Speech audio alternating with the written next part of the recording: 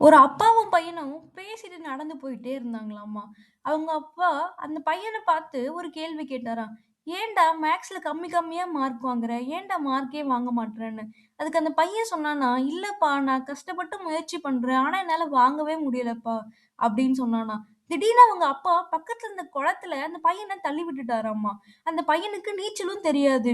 ஆனா எப்படியோ மூழ்குற நிலைமையில இருந்தாலும் கஷ்டப்பட்டு எப்படியோ கரைக்கு வந்துட்டானாம். கரைக்கு வந்ததுக்கப்புறம் அவங்க அப்பாட்ட கேட்டானா, "ஏன்பா என்ன தள்ளி விட்ட?" அப்படின்னு. அதுக்கு உங்க அப்பா சாந்தமா பதில் சொன்னாராம், "எப்படிப்பா உனக்கு தான் நீச்சல் தெரியாதே! எப்படிப்பா எப்படியோ வந்துட்ட கரைக்கு?" அப்படின்னு கேட்டாராம். அதுக்கு அந்த பையன் சொன்னானா, "அப்பா எனக்கு மூழ்குனதும் என்ன பண்றதுன்னே தெரியல.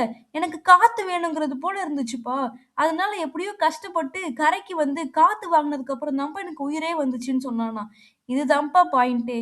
இப்போ நீ உயிர் வாழ்றதுல எவ்ளோ தீவிரமா இருக்கியோ, அதே தீவிரம் நீ மேத்ஸ் சப்ஜெக்ட்ல காமிச்சிருந்தா, இந்நேரம் நீ தான்ப்பா உன் கிளாஸ்லயே டாப்பர் அப்படின்னு சொன்னாங்களாமா.